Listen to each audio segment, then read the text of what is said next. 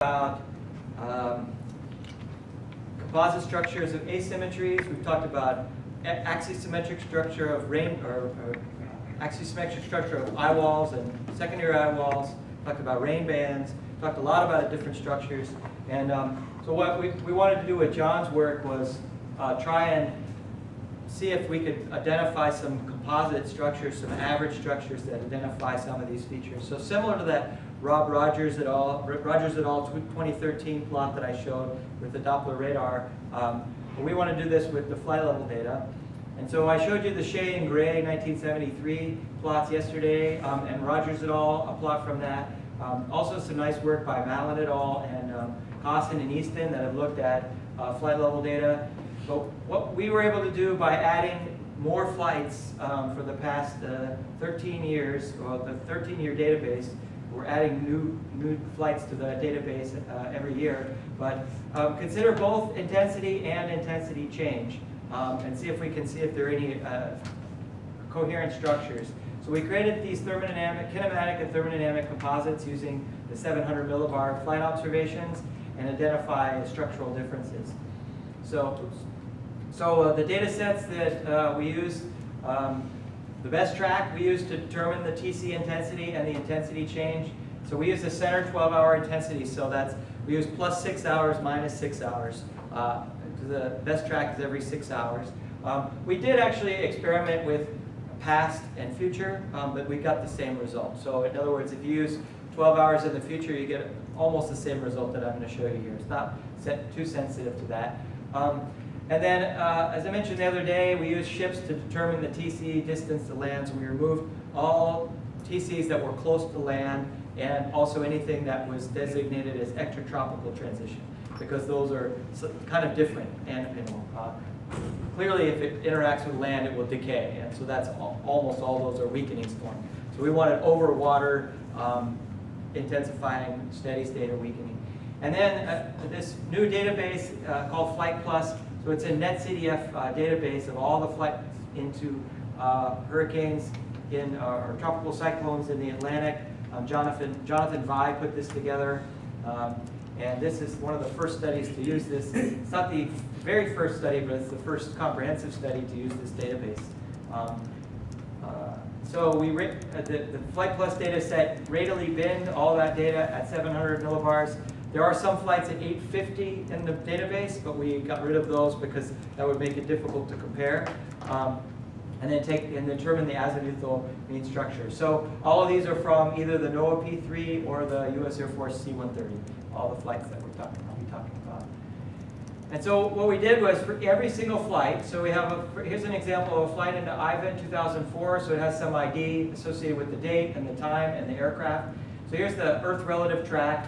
And they were basically doing figure 4 patterns. So in this case, Ivan was moving south to north, so went through and then did a eyewall penetration through here. So the red line is the PC track.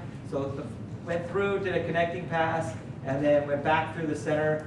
In this case, another pass, up, around, also through again, over, and then back out. Okay. So, but if you take all that and convert it to storm relative coordinates, then you end up with something that looks like this. So each of those passes through gives you a radial pass through the middle.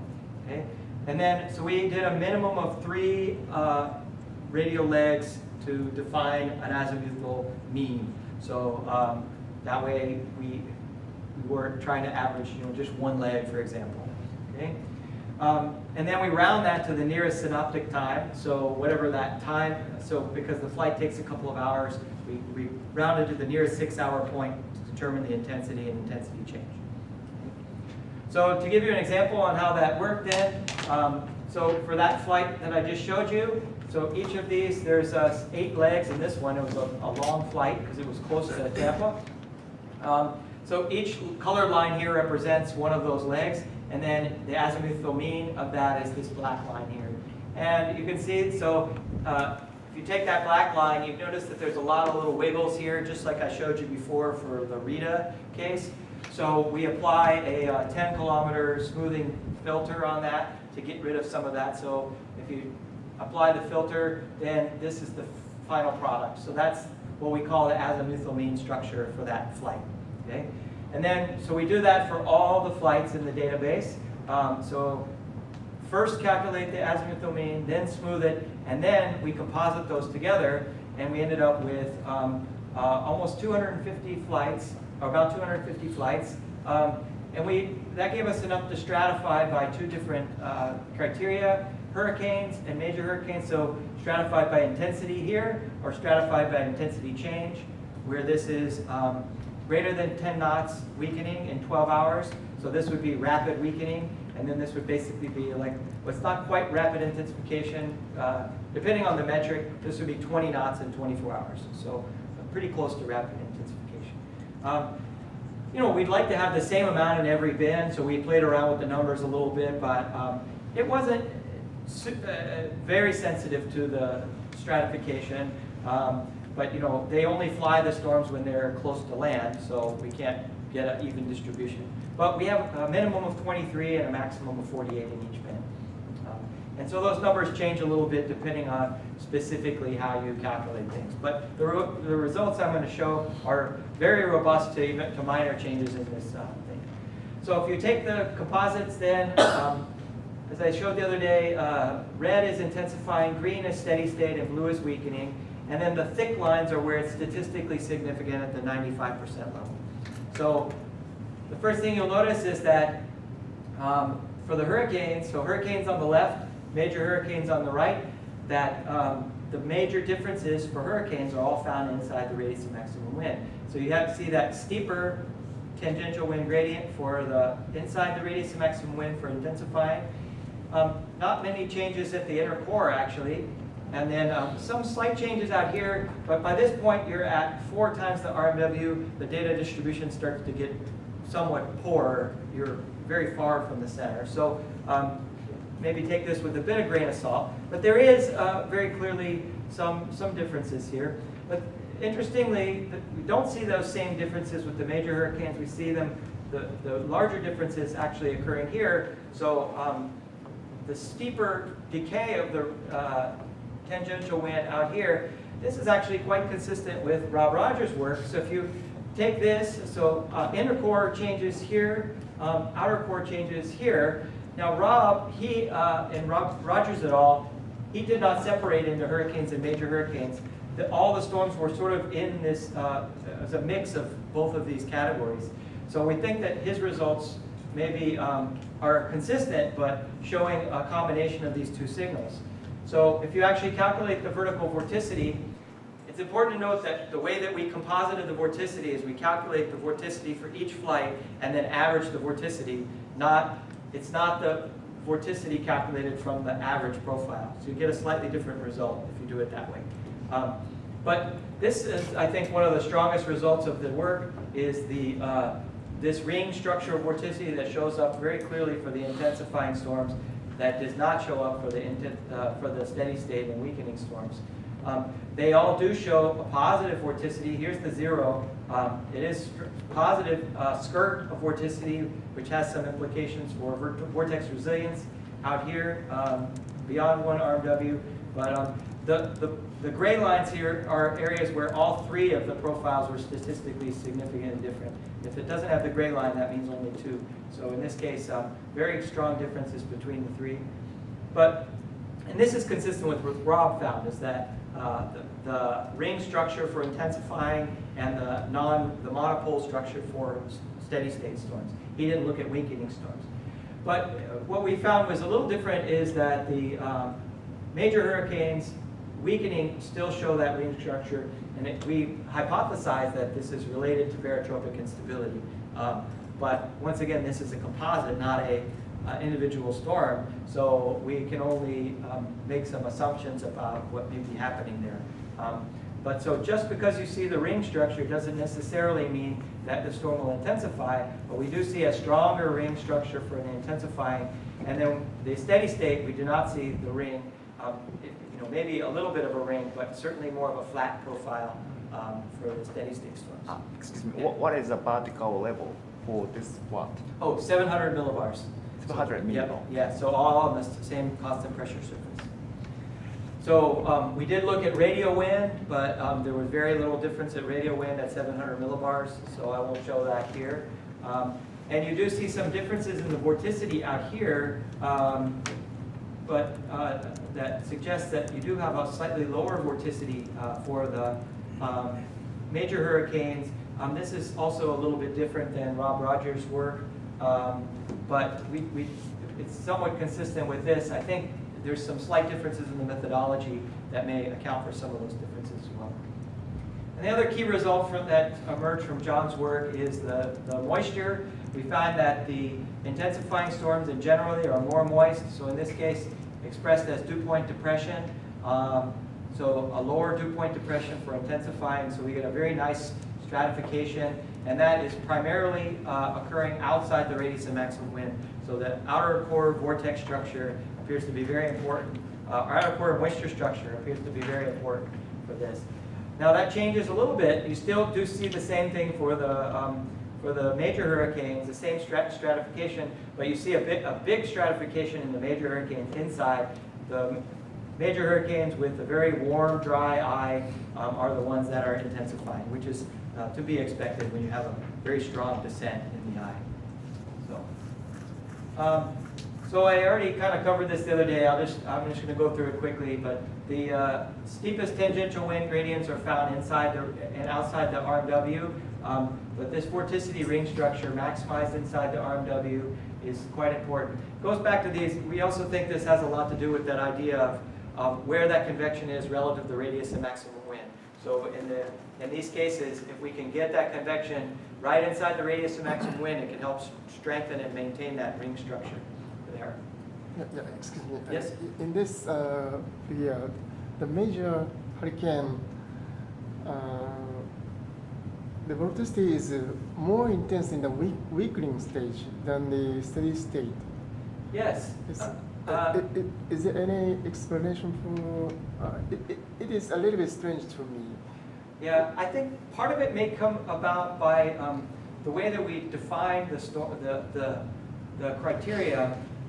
So weakening just means that in that 12 hours it is weakening, but it could still be a stronger hurricane than the steady state ones. So it may have just hit peak intensity and have a stronger vorticity, but then it's starting to decay. So whereas the steady state may actually have a different intensity at that time. So we actually tried a couple of different ways to normalize this, and came up with, it wasn't as clear as this method with maintaining the magnitudes like this. But that may be just partly the fact that, yeah, the weakening storms have just hit their maximum intensity and then are starting to come down. So I think that's probably what is going on. Excuse me. Yes? So, radial wind was almost zero. Yes, it was small. But if we separate RITC from normal intensifying TC, I think at the 700 hectopascal level, outflow or inflow, but the value is very small, but we can the outflow or inflow around RMW. I think this is important for understanding so-called first mechanism or second mechanism. Yes. Understand which is important. Yes, I would agree. These are the idea. Yes. I think in this case, there's so much variability of a small quantity that it makes it difficult to make statistically significant distinctions between them. So we do see some differences, but in fact, in the major hurricanes, I could put this, I don't have it here with me, but you do see more outflow in general in the major hurricanes at that level. Outflow suggests the existence of supergradual wind. Yes, right. So, but yeah, I think maybe I should be a bit more clear. I mean, the values are small, and yes, you're right, that small differences make a big difference, can make a large physical difference. Yeah. We just did not see very many statistically significant differences that we felt very confident. So we are going to include that in the paper, but Yeah. Okay. Yeah, so we hypothesize that barotropic instability may lead to that, to some weakening. And this steady state do possess this sort of flat profile, and that's true whether you're talking about hurricanes or major hurricanes. And then this result of higher moisture in the inner and outer core for intensifying TCs appears to hold for both in hurricanes and major hurricanes. So one other thing I didn't show on Wednesday, I'll just show real quick, is one other thing we looked at was the difference in the large-scale characteristics. One of the things we worry about was whether or not by stratifying into these categories, whether we're just basically stratifying by SST or shear, right? So it's not structural differences, internal structural differences, but actually external factors. And that is true to some extent, that the large-scale environment plays a major role. The colors here represent where the differences in the environmental conditions are statistically significant. And the thing you'll notice is that there are more statistically significant differences for hurricanes than major hurricanes. When you get to major hurricanes, the environment is just generally favorable across the board. So I think for the major hurricanes, these internal structural differences are playing a very big role. Because at that point, you know, I mean, SSTs are 29, RAH is 67, shear it does decrease, change a little bit from 11 to 9. We do see some slight changes in the temperature at 200 millibars, upper tropospheric, and then a little bit of difference in F. But for the most part, these are all very favorable numbers, right? This is knots, not meters per second. 10 knots of shear, 29 C, and you know, moist conditions that will support a major hurricane, right? But in the case of the hurricanes, you know, we do see the SST goes up when we talk about intensifying storms. The RH goes up. The shear goes down. The 200 millibar temperature gets colder, and we tend to see them at slightly lower latitudes. So I think some of the stratification is just a factor of the environment. That's why it's intensifying. But I think that also the structure itself is distinct. Whether it's caused by the large-scale environment or vice versa, we can't answer that with this. It's just a correlation at this point.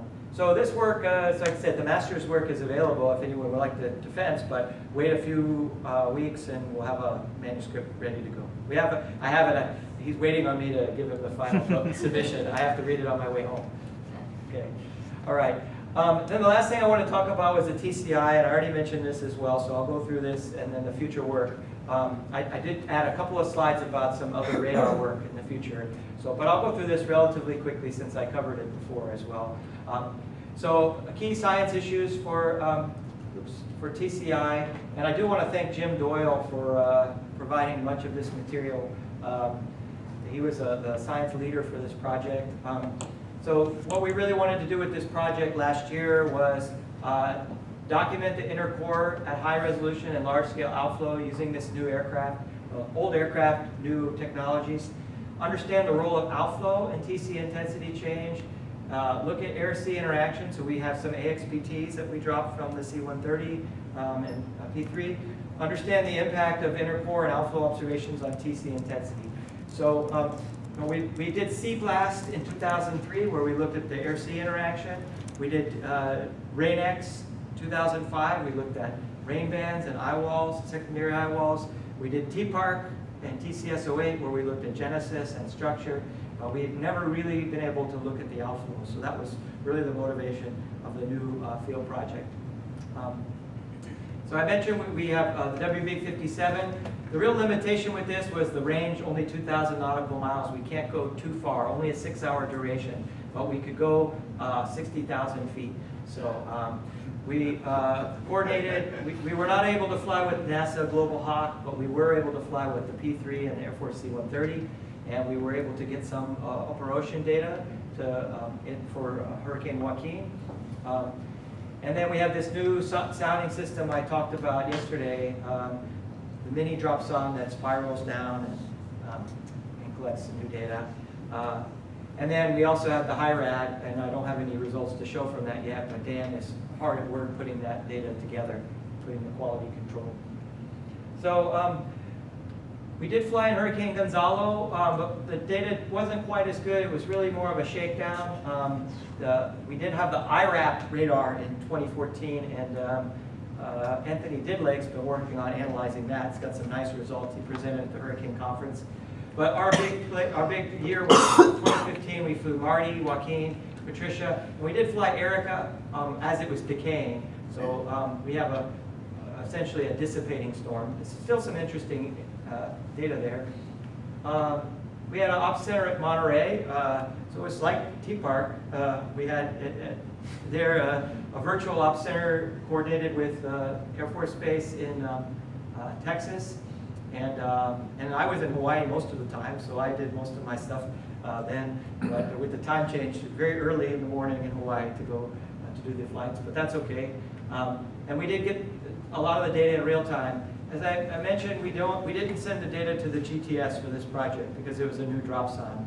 So if you guys are developing your own, definitely test it out before you send it out to the GTS. But I think the quality by the end of the project certainly was good enough that if we did this again or in the future, we would send that data out. And then we just finished the quality control a few months ago in April. So all the real analysis is just starting right now. We have a science workshop in October to start talking about that. One thing that was really a critical piece of our information was the AMVs, and we've been looking at targeting the outflow from using the AMV products was a big part of the project. Of course, we had to make some decisions in 24 hours in advance, so we had to use the models as well. But we could use this in real time to actually help adjust the flight tracks, which was really nice. So we'd be interested in doing the same thing with Himawari if we were some beautiful AMV products from Himawari that are coming from that rapid scanning. So Chris Belvin was involved in that.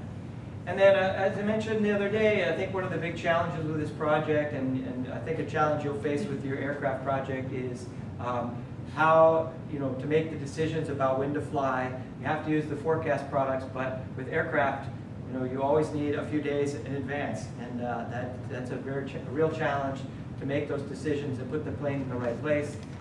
This is an example from Hurricane Joaquin, where it was a 30-knot depression, but we had the COAMPS, which is the Navy's model, indicating very strong storm, and HWRF was also predicting a major hurricane.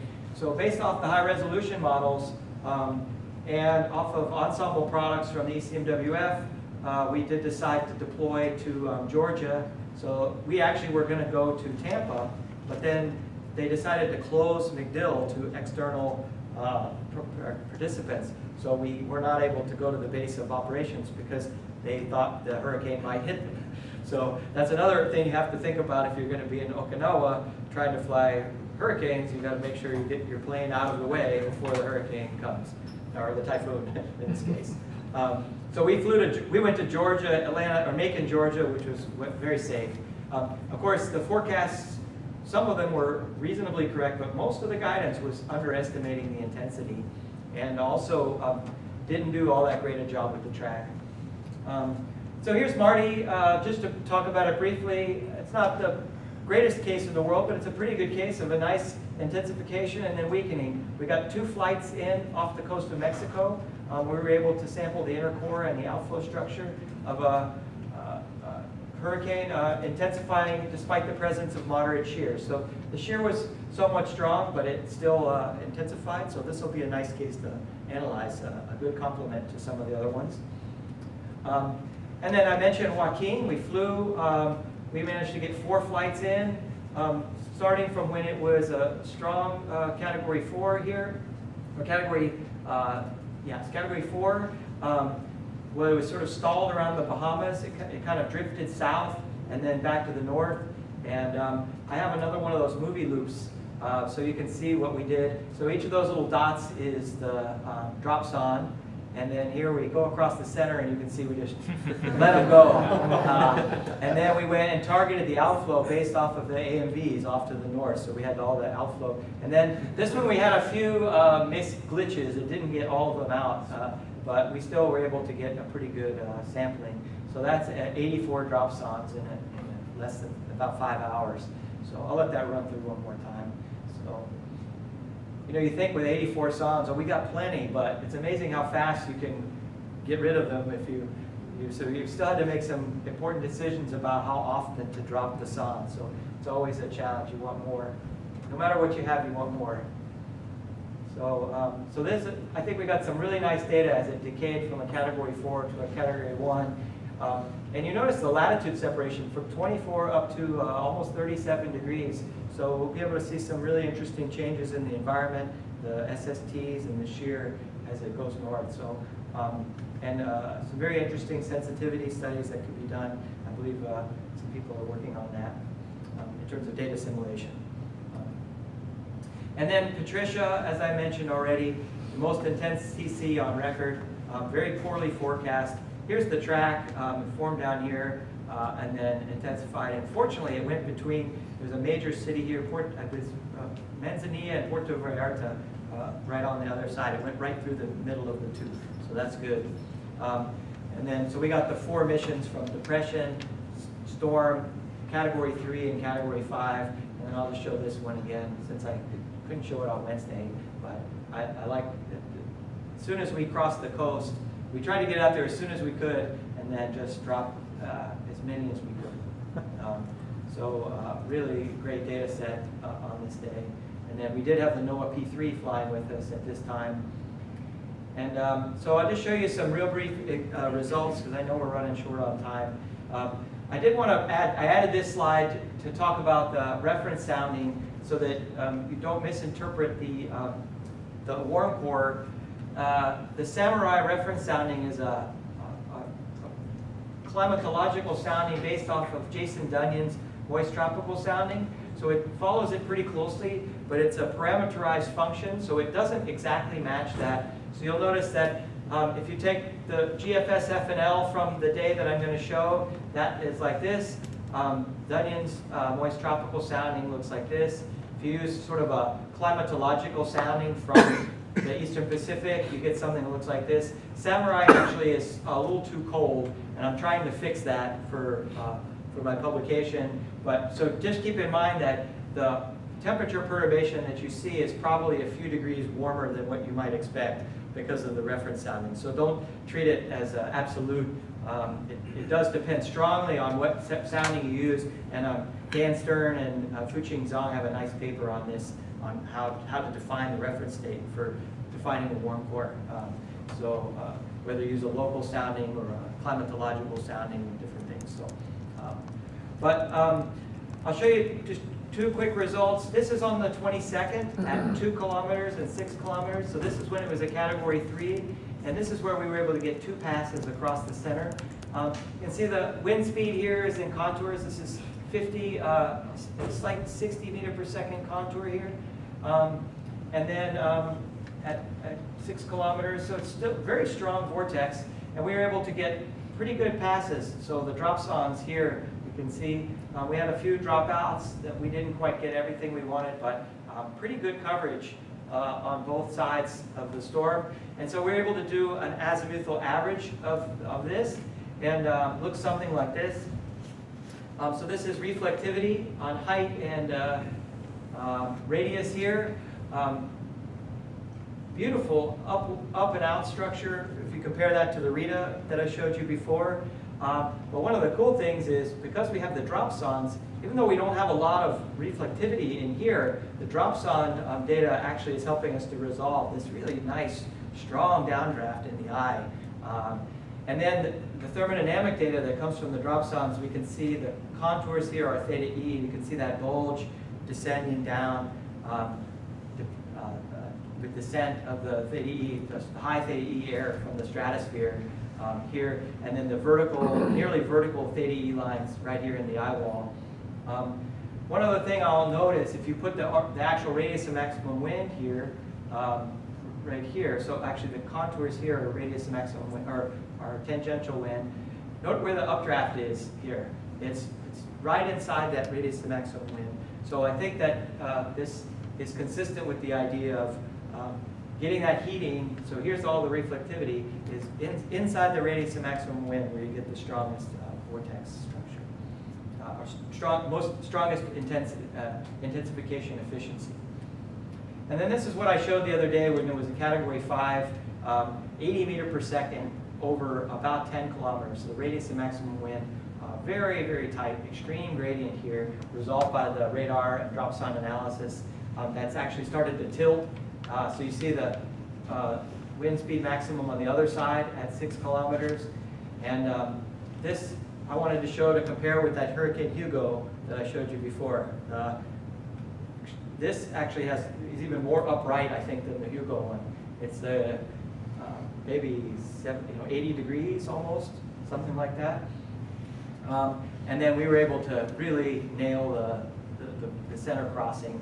And as I mentioned the other day, we got one that went almost straight down, which is quite impressive, showing a warm core structure all the way to the tropopause. And then just to show another example, here's one that was just outside the eye wall, showing sort of some really interesting structures, basically moist adiabatic, but there are a lot of interesting dry layers. So this is actually like a slight isothermal layer right at, notice this is 0C here. So some sort of a melting layer right in here. We still have to analyze that in more detail. We saw a lot of these though that we think are real. It's not an instrument artifact. The humidity sensor is not good enough to resolve the upper troposphere though, so I wouldn't believe this too much. Down in here it's pretty darn good.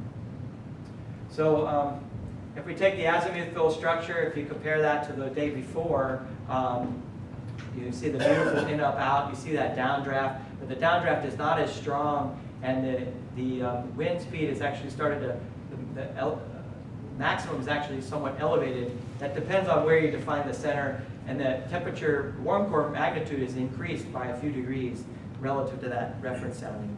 So, but if you compare this with the other day, it's very consistent in terms of the structure. So we think that there's some very some good analyses that we'll be able to do with this in the future.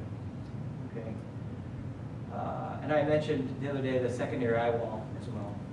So summary of this, and I apologize for going through it quickly, but since I covered it on Wednesday, most of you saw that, I think. The data is restricted for 1 year, but it's open to collaboration. So if anyone's interested in working with me on the data set, please let me know. Especially if you're interested in doing something with models or something, data simulation, there's plenty of great opportunities. So please email me and let me know. So far, we've just been really testing the quality of the data, and we hope to have some nice results here in the next few months. So I want to end with my future work. So one of the nice new innovations is hypercloud radar. This is a polarimetric W-band radar that's on the hypercloud radar, Hyper G5 aircraft. This has not been taken into a tropical cyclone yet, but I would like to. It's flown into winter storms and shallow convection. So the first project was just last year, so it's 1 year, basically 1 year old of the radar. But this is something you could consider small pod-mounted radar that you could put on a G2 or some other aircraft. So something to consider if you have the funds, of course. The one that I'm most excited about, though, is this APAR. Yes. That W-band radar is a partial pointing for that one? It has a scanning capability. Scanning? Yes. Oh. So it can scan limited scanning capability. Yes. Since it's under the wing, it can. Yeah. So the actual scanning element is here. So it can point up, down, or to the side. It can only go in this direction. It's got actually limited, very limited in this direction. So. Do you have a Doppler radar? Yes, it has Doppler capability. Yes, Doppler and polarimetric. So. Thank you. Yeah, sure. It's a very high quality radar. So APAR, the Airborne Phased Array Radar, is the one that we have a project office established now, but we're working on getting the full funding for this. We would build 4 phased array antennas, 2 on the side, one on the bottom and one on the top that would give us full coverage around the storm. So we'll be able to do, so it'd be C-band, less attenuation than what we had with Eldora. It would be polarimetric. One of the challenges with polarimetric phased array is that the farther you go from broadside, the worse the polarimetric capability is. So that's part of the reason we're using 4 antennas. So no one antenna has to scan very far. We can composite them together in a unique way. Beam width will be about the same as Eldora, about 1.6 or 1.8 degrees. But notice the spatial resolution. The along track spacing will be 130 meters. So we'll have 100-meter spatial resolution for dual Doppler polarimetric capability, which will be quite impressive. And so just to talk a little bit about what the polarimetric will bring to the table for typhoon studies. Many of you have looked at polarimetric data on the ground. We have no polarimetric data in tropical cyclone in the air that I'm aware of. But you know, traditional radar sends the horizontal pulse only, but polarimetric radar can send the horizontal and vertical pulse. And so radar reflectivity is proportional to the size of the drops to the 6th power due to Rayleigh scattering and the number concentration. So if you have a volume of air that has 1 3-millimeter drop, that gives you the same radar reflectivity as 729 1-millimeter drops. So with just, this is 28 dBz, so you can't tell the difference. But with polarimetric, we can get a different return for the horizontal and vertical. We can subtract the reflectivity, and the difference between the two tells us something about the shape and size. So the combination of these two can actually give us some really interesting results. And so I have so it gives us 2 axes. One is the increasing ZDR means that, for example, increasing raindrop or ice crystal size. Whereas increasing Z means more rainfall or more precipitation. So I'm out of time, so I'm not going to go into detail, but we had a paper that just came out earlier this year where we started looking at this, looking at hurricane drop size distributions using polarimetric radar.